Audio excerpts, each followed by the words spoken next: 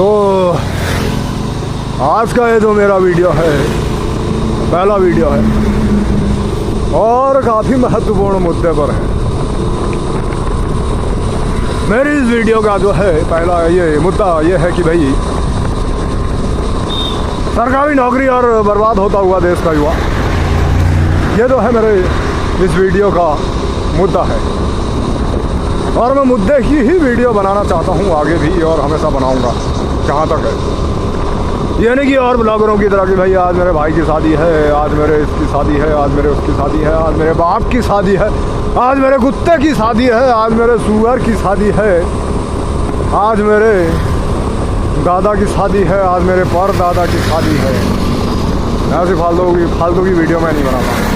शादी तो दुनिया में कितनी हो रही है, रोज़ हो रही है, क्या करें फिर? सब शादियों को देख लेंगे क्या? हाँ, मुद्दे से भटक रहा हूँ मैं। तो मेरा मुद्दा है कि ये है कि भाई सरकारी नौकरी और बर्बाद होता हुआ देश का युवा। एक सरकारी नौकरी के कारण हमारा देश का युवा कैसे बर्बाद हो रहा है, इस पर आज हम चर्चा करेंगे। तो जब हमारा देश का युवा ग्रेजुएशन पास करता है ना, कहानी उससे पहले ही शुरू हो जाती है। जब वो पैदा होता है तब से ही, जब वो पैदा होता है तब हमारे जो ये मिडिल क्लास समाज है उसमें वो देखता है कि तवज्जो एक ही चीज़ को दी जा रही है, सम्मान एक ही व्यक्ति को मिल रहा है, वो है सरकारी नौकरी वाला व्यक्ति, या फिर सरकारी नौकरी को तवज्जो दी जा रही है। और उनको मिलते हुए मान सम्मान को देखते हुए उसके मन में भी ख्वाहिशें पलने लग जाती हैं। हाँ भाई, मैं भी एक गवर्नमेंट कर्मचारी बनूं भविष्य में, वो भी लग जाता है उसी दौड़ में। लेकिन गवर्नमेंट कर्मचारी बनने का प्रतिशत हमारे देश में कितना है?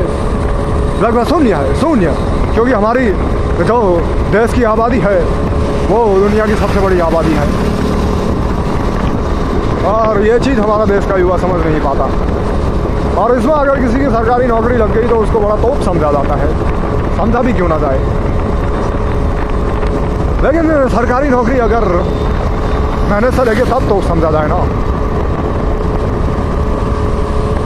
मेरे कहने का आशय यह है कि सरकारी नौकरी जो है वो जुगाड़ से भी लगती है, कई तरीक़ों से लग जाती है, साइड सोर्सेज से भी लग जाती है।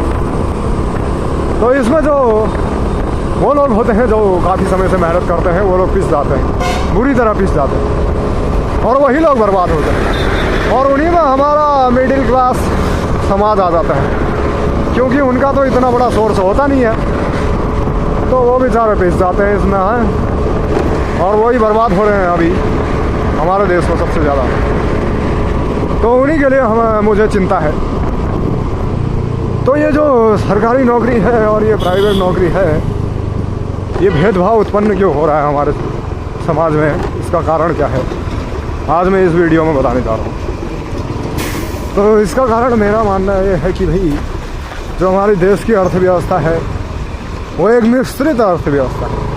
मिश्रित अर्थव्यवस्था का मतलब है कि यहाँ दो सेक्टर काम करते हैं आपस में, कि भाई निजी और सरकारी, दो सेक्टर जो होते हैं वो आपस में मिलकर काम करते हैं और अपने तय लक्ष्यों को प्राप्त करने की कोशिश करते हैं, जिनको प्राप्त कर तो नहीं पाते लेकिन प्राप्त करने की कोशिश करते हैं।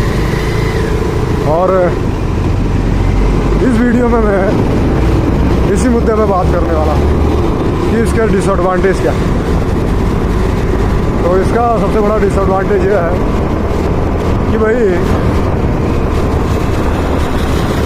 प्राइवेट सेक्टर और गवर्नमेंट सेक्टर एक दूसरे के ऊपर ब्लेम लगाते रह जाते हैं, तुम्हारी वजह से नहीं हो पाया, तुम्हारी वजह से नहीं हो पाया। ऐसा मेरा मानना नहीं है, ऐसा बड़े बड़े विद्वानों का मानना है कि जो मिश्रित अर्थव्यवस्था होती है वो ज़्यादा लंबे समय तक टिक नहीं पाती है। और डिसएडवांटेजों का मुझे नहीं पता, लेकिन सबसे बड़ा डिसएडवांटेज हमारे समाज में देखने को मिल रहा है इसका कि रोज़गार अगर हमारे देश में, पूरे देश में समझा जाता है तो सिर्फ वो एक ही चीज़ को समझा जाता है, वो है सरकारी नौकरी। और सरकार को भी इसका बड़ा नुकसान भुगतना पड़ रहा है। अब गवर्नमेंट भी क्या करे, वो हर घर के बच्चे को सरकारी कर्मचारी तो नहीं बना सकती, लेकिन समाज ऐसा नहीं समझता है कि भाई वो गवर्नमेंट के ऊपर ही ब्लेम करता है कि भाई हाँ गवर्नमेंट जो है वैकेंसी नहीं निकाल रही है, ऊपर से निजीकरण अलग कर रही है। तो मेरा देश के प्रधानमंत्री जी से अनुरोध है, इसका कोई सॉल्यूशन निकाले जिससे ये भेदभाव खत्म हो। सरकारी नौकरी और प्राइवेट नौकरी और जो भी है, हमारे देश के बर्बाद होते हुए युवाओं को बचाइए और इसका कोई सॉल्यूशन निकालिए, जल्द से जल्द निकालिए। अब हमारी जनरेशन तो बर्बाद हो चुकी है, मैं नहीं चाहता कि अगली जनरेशन भी बर्बाद हो। हमारे समाज में अभी की बात कर रहा हूँ मैं, वर्तमान में सरकारी नौकरी को ही तवज्जो दी जाती है और इस चक्कर में जो है युवा लगे रहते हैं 30 साल 35 साल 40 साल, यहाँ तक कि 42 साल तक लगे रहते हैं। वो तब तक लगे ही रहते हैं सरकारी नौकरी के पीछे, अपना जीवन तो बर्बाद करते ही हैं और अपने घर वालों का भी जीना हराम करते हैं। और इस सरकारी नौकरी की तैयारी में अपना वो काफ़ी समय बर्बाद कर देते हैं और भी बहुत कुछ बर्बाद कर देते हैं, अपना जीवन बर्बाद कर देते हैं और अपनी मानसिक स्थिति भी खो देते हैं। और उसके बाद उनका जीवन बर्बाद हो जाता है, ना उनकी शादी हो पाती है, लड़का हो भले लड़की हो। 30 साल के बाद दोनों की शादी होना बहुत मुश्किल होता है। तो मेरा मानना यह है, इसमें युवाओं का कोई दोष नहीं है, गवर्नमेंट की पॉलिसी ऐसी है। अब किसी को इतनी सुविधाएं मिल रही हैं और किसी को इतनी सुरक्षा मिल रही है, तो समाज उस चीज़ की तरफ को भागेगा नहीं क्या? बिल्कुल भागेगा उसी तरफ को। और प्राइवेट नौकरी का क्या सीन है? आज नौकरी है, कल है नहीं, कोई भरोसा नहीं है कि भाई आज हमें तुम्हारी ज़रूरत है, कल से मत आना। और इसकी तरफ गवर्नमेंट का ध्यान नहीं है। अगर सरकारी नौकरी में सुरक्षा है तो गवर्नमेंट को प्राइवेट नौकरी में भी सुरक्षा प्रोवाइड करनी चाहिए, नहीं तो हमारा देश का युवा बर्बाद हो जाएगा पूरी तरीके से। तो और कुछ लोग जो है अपने देश की तुलना चीन से करते हैं। चीन से, हमारा पड़ोसी देश काफ़ी विकसित देश है, हमसे लगभग 100 साल आगे चल रहा है। तो मेरा मानना यह है कि भाई चीन हमसे इसलिए आगे है क्योंकि वो दुनिया का सबसे बड़ा निर्यातक देश है, सबसे बड़ा निर्यातक देश है। मतलब उसका बनाया हुआ माल आज पूरी दुनिया में बिक रहा है, सबसे ज़्यादा उसी का माल बिक रहा है पूरी दुनिया में।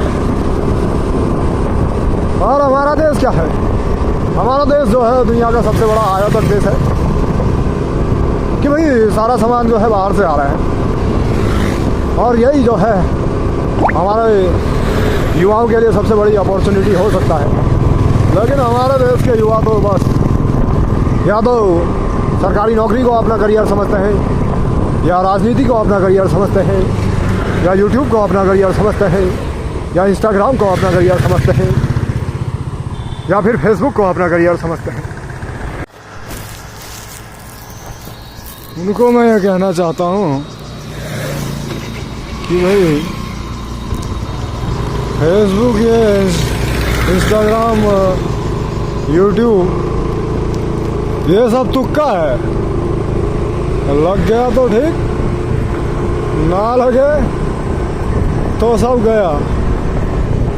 इसके पीछे अपना टाइम वेस्ट मत करो। और ऐसा ही तुक्का एक प्राइवेट जॉब भी है। अच्छी कंपनियों में जॉब लग गई तो ठीक, नहीं तो फिर ज़िंदगी भर रगड़ते रहो। कॉलेज से अगर प्लेसमेंट हो जाता है तो सही है, नहीं होता है तो कोई बड़ी कंपनी मिलती है निकल लो, नहीं तो छोटी कंपनियों में कभी मत जाओ। हम भी साले छोटी कंपनी में फंस गए यहाँ। आप सब राम भरोसे। जाने क्या होगा हमारे, जाने क्या होगा हमारे, जाने क्या होगा हमारे, जाने क्या होगा हमारे, जाने हमारे भविष्य का क्या होगा।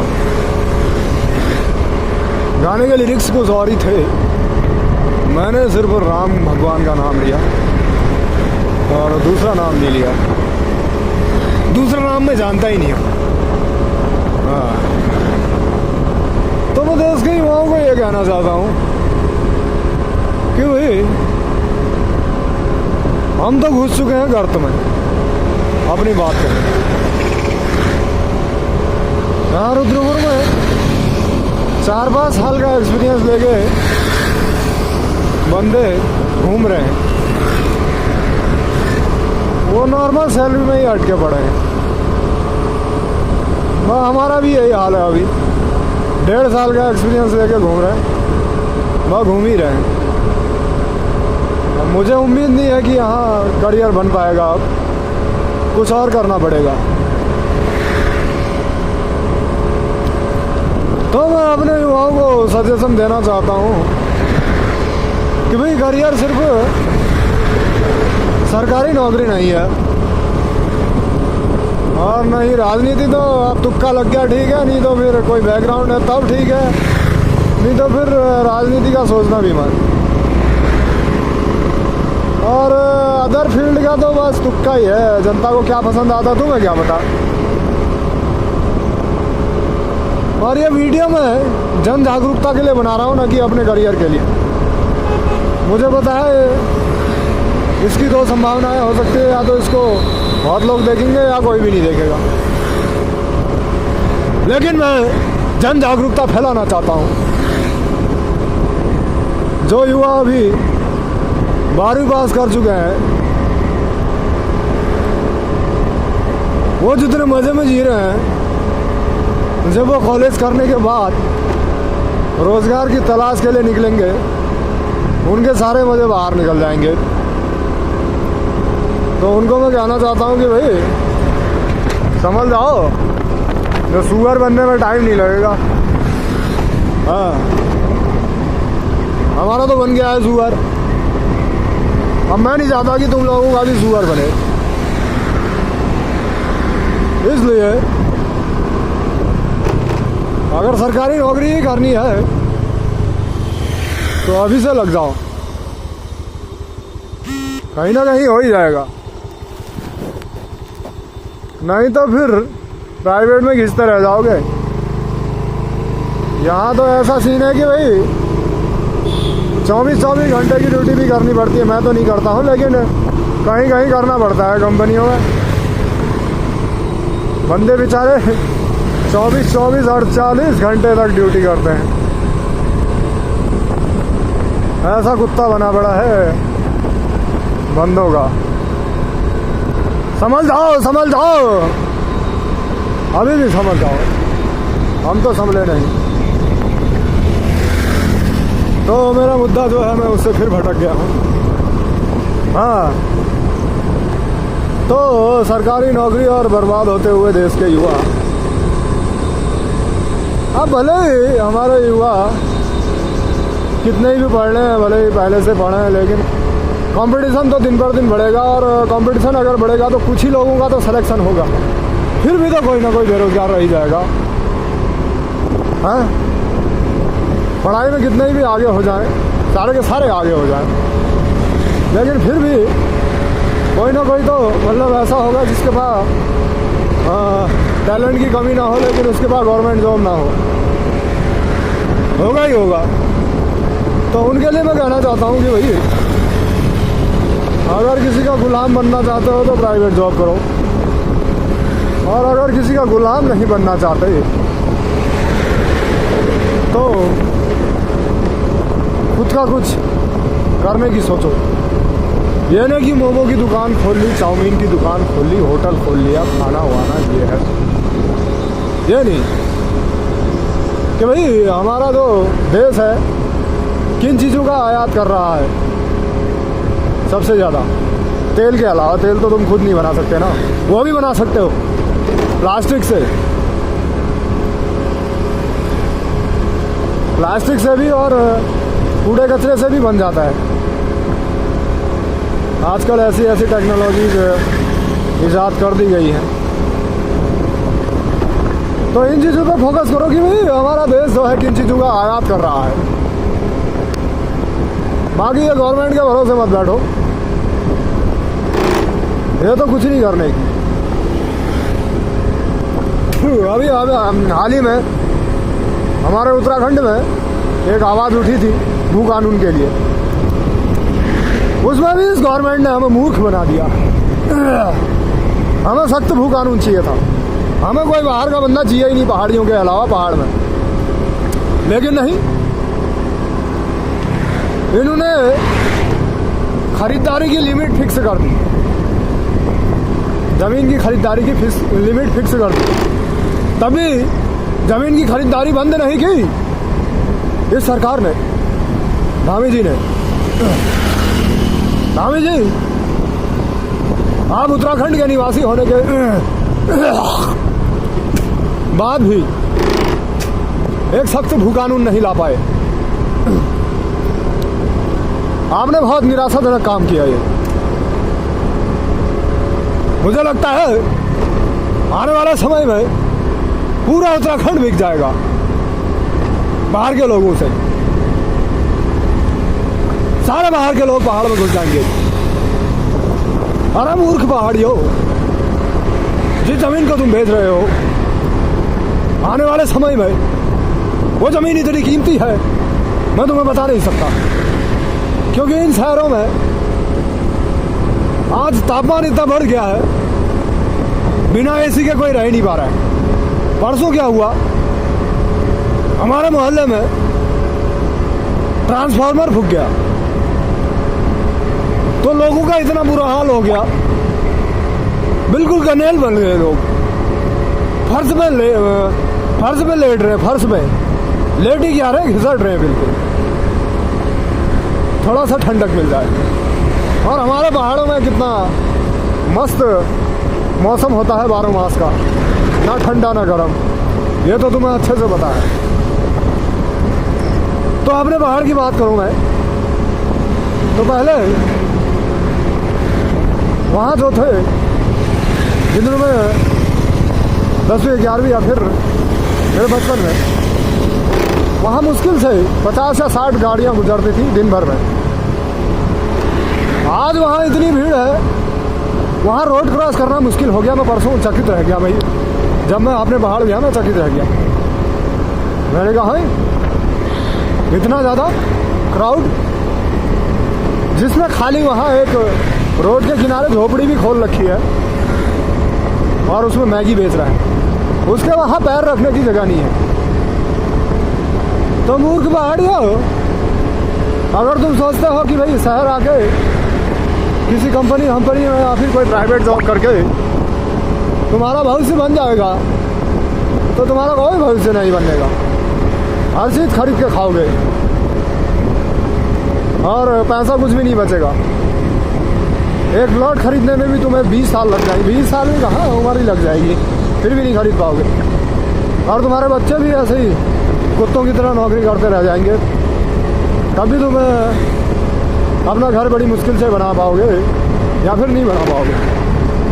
मुझे नहीं लगता बना पाओगे। तो अपने पहाड़ में वहीं कुछ रोजगार करने की सोचो, क्योंकि वहाँ आने वाले वक्त में टूरिज्म बहुत ज़्यादा बढ़ने वाला है। और उत्तराखंड सरकार से मैं कहना चाहता हूँ, जो वर्तमान की सरकार है, अगले साल चुनाव आने वाला है, तो तुमने जो मूर्ख बनाया है, जय हो महाकाल, महाकाल ने भी देखा है। जय हो वाहेगुरु। उत्तराखंड देवों की भूमि है, वो सब देख रहे हैं। तुम कैसे मूर्ख बना रहे हो जनता को। और जो हाल ही में एक मुद्दा उठा था अंकिता भंडारी का, तो उसमें सजा अब मिल रही है उसको। वो भी मिली नहीं मिली पता नहीं उस बीजेपी नेता को। और जो हमारी पिथौरागढ़ की कशिश के साथ अन्याय किया तुमने, मुझे लगता है तुम्हें कुमाऊं क्षेत्र से वोटों की जरूरत नहीं है। मतलब वोट तुम्हें चाहिए ही नहीं कुमाऊं क्षेत्र से। तुम एक लड़की को न्याय नहीं दिला पाए, हमें क्या न्याय दिलाओगे? सबूतों के अभाव में सुप्रीम कोर्ट के द्वारा बलात्कारी को बाइज्जत बरी किया जाता है। ये हमारा देश का न्याय है, बलात्कारी को बाइज्जत बरी किया जाता है। हमारी देश की न्याय का सिस्टम ऑफ जस्टिस, बलात्कारी को बाइज्जत बरी किया जाता है। ऐसा हमारा देश का सिस्टम ऑफ जस्टिस है। ये मेरे कान में क्या घुस गया साला यार। बलात्कारी को बाइज्जत भरी किया जाता है। तो उत्तराखंड की जनता का क्या कहना है इस पर नीचे से कमेंट कीजिए। और मैं नहीं चाहता कि ऐसी सरकार अगली बार दोबारा से मूर्ख बनाने के लिए 5 साल तक उत्तराखंड में आए। तो उत्तराखंडियों, मेरा कहना है मूर्ख बनाने वालों को तुम भी मूर्ख बनाओ।